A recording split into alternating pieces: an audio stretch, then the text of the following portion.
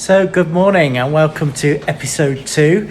Not such a beautiful day today, a little bit grey and overcast. However, we have the fire on, Rocky's sleeping, we have a little bit of music on, so yeah, all is good.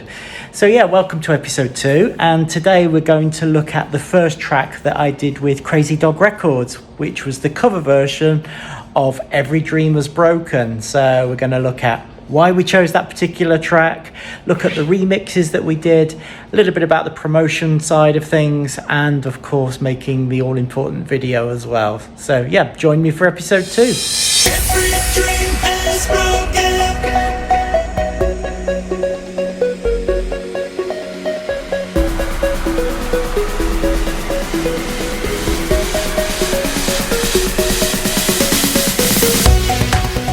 So, Every Dream Is Broken. Well, for those of you who don't know, it is a cover version, and it was originally recorded by Fizz, or the Fizz as they are now, and it wasn't actually released as a single by them, but it did appear on one of their Lost Masters albums, and it's long been a favourite of mine, and I believe it's a bit of a fan favourite as well. Well, the reason we chose the track, it was the first one that I was doing with Dave Buswell at Crazy Dog Records, and originally we were working on a different song, which very, very good song, but it just wasn't quite coming together very well. So I also felt with my other two songs, they were original songs, and I wanted to do a cover version, because if you're doing live work, it's better if the audience can be familiar with at least some of your music, and I think a cover version is a good way to break that ground. So even though it's not a massive well-known song, I think it just had an air of familiarity about it.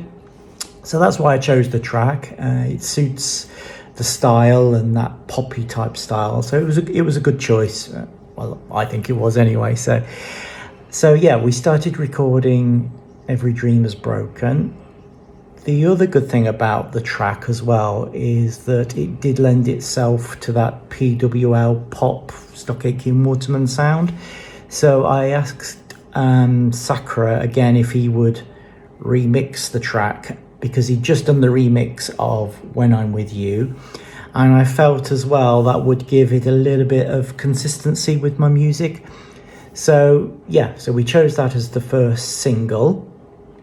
And I think that was released last year. The year before, sorry. And actually, it's one of my favourite tracks. So a few people have mentioned about the lyrics and whether the lyrics are correct or not. And it was one of these things that we were just...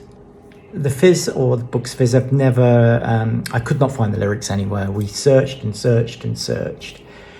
And there was a couple of videos on YouTube that I watched of the Fizz singing the track live. On one of them, there are some scribbled notes at the beginning of the video, which I believe are actually, they look like the stage notes with the lyrics on. So I took the majority of the lyrics from there. Whether they're right or not, I do not know. And also I listened to them performing the song on several occasions, and I did actually notice that the lyrics were not always the same when they sang them. I think it's one of those tracks, I think themselves they don't sing very often. So, and actually you can see Cheryl Baker in one of the videos, her lips go blah, blah, blah, because she's forgotten the lyrics or lost where she was in the song. So yeah, they are open to interpretation. I don't know. They're the lyrics I thought were best suited, and yeah, I say that's where we took the lyrics from, because there was no official source to get them from. So I'm just going to play a couple of the clips for you, just so that you're familiar with the track, and I'll have a look, see if I've got any of the original recordings that we did before it was actually released as a single.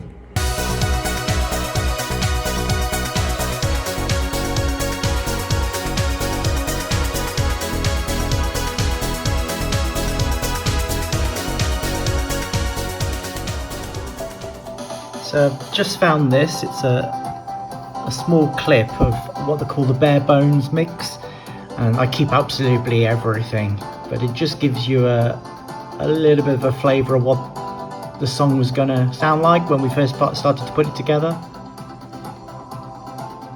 You can hear a basic production there, and it's ready for me to do my vocal.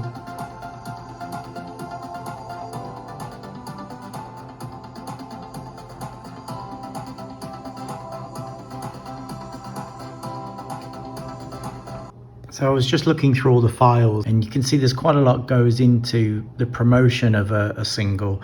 Not only all the original tracks, but then there's all the covers, and sometimes when you release a song, you go to put the onto Spotify for distribution, and you're not allowed to have too much information on the cover.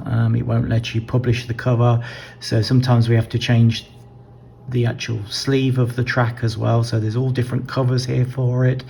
And I've just noticed as well, right at the top there, we have all the what we call the bare bones mix, which I just played a few seconds ago for the song. But there are also different vocal recordings, and either whether Dave Buswell wasn't happy with it, or maybe I was just not happy with the recording originally, because it says here every dream is broken with more feeling. So maybe I wasn't being basically showing the emotion in the song, so it maybe parts of the song were re-recorded to capture some more emotion. So that sometimes does happen as well if I'm not quite happy with it. But yeah, there was quite a lot went into this particular track, and it was say the first single with Crazy Dog Records.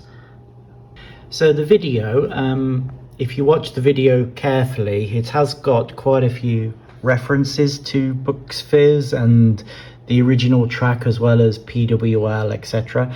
So the first clue in the video is actually the spinning record. Just play a clip for you there.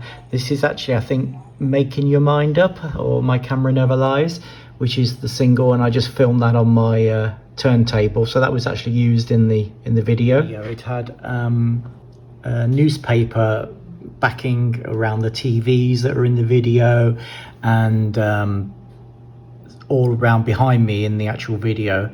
And the stories that are there are all different things, really. So the first part is basically news articles that we put together all about the song. So on this particular one is the lyrics there, holding the knife in your hand. This one is about me actually releasing the song, and it mentions there Crazy Dog Records and Dave Buswell, and how he wrote his other songs as well. There are also, I believe, some other references to my first single. I think When I'm With You is the cover there. And there's also another interview that was cut and paste and put into like a newspaper, just to make it look like newspaper cuttings. So that was the first part. So this side, just behind me here, is all the newspaper cuttings that you've just seen. And then on this side, it was a little bit different. So you can see some references to Stock Aitken Waterman there. There is the PWL logo. There is also stories about Bucks Fizz and the Fizz, basically newspaper articles, some about the bus crash, and articles about when the Fizz reunited, and there's some picture covers there, basically newspaper articles that I found all about the Fizz and Bucks Fizz, and they're just cut and paste and used behind me in the video. The actual template was a wall, and it was made with boarding, like display boards, and then the articles were all put onto the display boards behind me. I think this is actually a short video which just shows just as testing the lighting and getting the lighting right, although it was a little bit bright, the lighting on this one. So yeah, hopefully that's given you a bit of an insight, and it was a song that I'm very sort of proud of. I say it was the first one I did with Crazy Dog Records. It was the first single with Dave Buswell.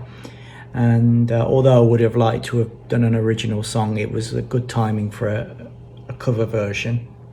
And it's very upbeat, and it's a great song. And I think it was just a shame that it probably wasn't a hit originally and released as a single originally by the Fizz or Bucks Fizz. So in my next episode, I'm going to talk about some of the other tracks I did with Dave Buswell. So there was the festive themed record, I Need Your Love, which was sided with If You're Right. And again, there's a link to Every Dream Is Broken, which I'll explain about earlier. And then there is the later single, Love Fire, again another cover version, and Vital Signs, but I'll probably do that in a separate episode because there's a bit more of a story behind those two particular tracks. And then after that we'll start looking at the work I did with Jazzy P and Heartache and Lonely, and then we'll move on to some of the newer songs and the current projects that we've got going on. Okay, take care, see you soon.